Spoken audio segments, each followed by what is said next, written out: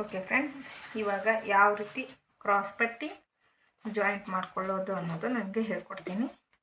ಆವಾಗಲೇ ಹೇಳಿದ್ನಲ್ವಾ ಇದು ಈ ಸೇಮ್ ಬರುತ್ತೆ ಅಂತ. ಇವಾಗ ಅದೇ ರೀತಿ ನಾನು ಕ್ರಾಸ್ ಪಟ್ಟಿ ಜಾಯಿಂಟ್ ಮಾಡುತ್ತೀನಿ. ಇವಾಗ ನೋಡಿ, ಇನ್ನೆರಡು ಕ್ರಾಸ್ ಪಟ್ಟಿ ನಾನು ಕಟ್ ಮಾಡಿ ಇಟ್ಕೊಂಡಿದ್ದೇನೆ.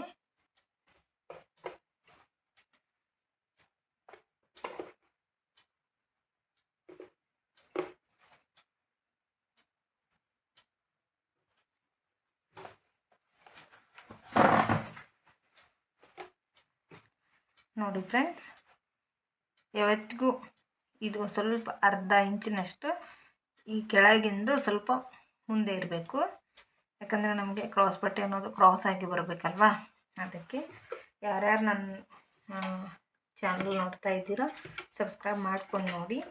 ಯಾಕಂದರೆ ನಾನು ಬರೋ ವೀಡಿಯೋಸ್ ಎಲ್ಲ ನಾನು ನಿಮಗೆ ಚೆನ್ನಾಗಿ ಅಪ್ಡೇಟ್ ಮಾಡುತ್ತೇನೆ. ಸಪೋರ್ಟ್ ಮಾಡಿ, ಲೈಕ್ ಮಾಡಿ, ಕಮೆಂಟ್ ಮಾಡಿ. ನಿಮಗೇನೇ ಡೌಟ್ ಇದ್ದರೂ ನನಗೆ ಕಮೆಂಟ್ ಬಾಕ್ಸಲ್ಲಿ ಕಮೆಂಟ್ ಹಾಕಿ. ನಾನು ಅದು ನನಗೆ ಗೊತ್ತಾಯಿತು ಅಂದರೆ ನಿಮಗೆಲ್ಲ ತರಹ ಡೀಟೇಲ್ಸನ್ನು ವಿಡಿಯೋದ ಮೂಲಕ ತಿಳಿಸ್ಕೊಡ್ತೀನಿ. ನಿಮಗೆಲ್ಲ ಡೌಟು ಕ್ಲಿಯರ್ ಮಾಡುತ್ತೇನೆ.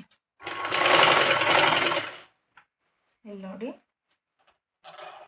ಈ ಥರ ಜಾಯಿಂಟ್ ಮಾಡ್ತಾ ಹೋದರೆ ಕ್ರಾಸ್ ಪಟ್ಟಿ ಅನ್ನೋದು ನಮಗೆ ರೆಡಿ ಆಗುತ್ತೆ. ಇದರಲ್ಲಿ ಏನಾದರೂ ನಿಮಗೆ ನಾನು ಈಗ ಕಲಿಸ್ಕೊಡ್ತಾ ಇರೋ ಬ್ಲೌಸಿಗೆ ನಿಮಗೇನಾದರೂ ಡೌಟ್ ಇದ್ದರೆ ಕಮೆಂಟ್ ಬಾಕ್ಸಲ್ಲಿ ಕಮೆಂಟ್ ಹಾಕಿ, ನಾನು ಅದನ್ನು ನೋಡಿ ರಿಪ್ಲೈ ಮಾಡ್ತೀನಿ. ನೋಡಿ ಫ್ರೆಂಡ್ಸ್,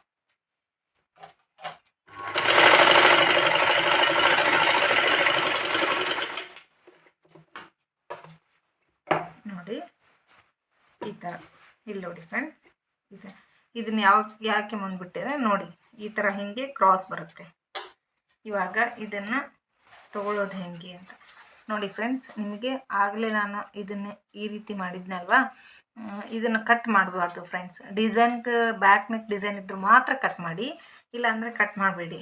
ಜಾಯಿಂಟ್ ಮಾಡ್ಕೊಂಡು ನಾನು ನಿಮಗೆ ಇದನ್ನು ಸಹ ಕಟ್ ಮಾಡಿ ಸ್ಟಿಚ್ ಮಾಡಿ ತೋರಿಸ್ತೇನೆ. ಕಟಿಂಗ್ ಯಾವ ರೀತಿ ಮಾಡಬೇಕು ಅನ್ನೋದು ನಿಮ್ಗೆ ಹೇಳ್ತೀನಿ.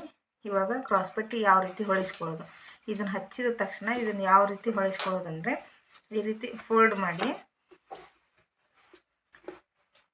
ನೆಕ್ಸ್ಟ್ ಒಂದು ಸಾರಿ ಬಿಟ್ಟು 2 ಸಾರಿ ವಿಡಿಯೋ ನೋಡಿ, ನಿಮಗೆ ಯಾವ ಥರ ಹೊಲಿಸ್ಕೊಳ್ಳೋದು ಅನ್ನೋದು ಗೊತ್ತಾಗುತ್ತೆ. ಹೊಸದಾಗಿ ಕಲಿತಾ ಇರೋ ಟೈಲರಿಂಗ್ ಹೊಸದಾಗಿ ಕಲಿತಾ ಇರೋರಿಗೆ ಚೆನ್ನಾಗಿ ಅರ್ಥ ಆಗಲಿ ಅಂತ ಈ ಥರ ತಿಳಿಸಿ ಹೇಳ್ತಾ ಇದ್ದೀನಿ.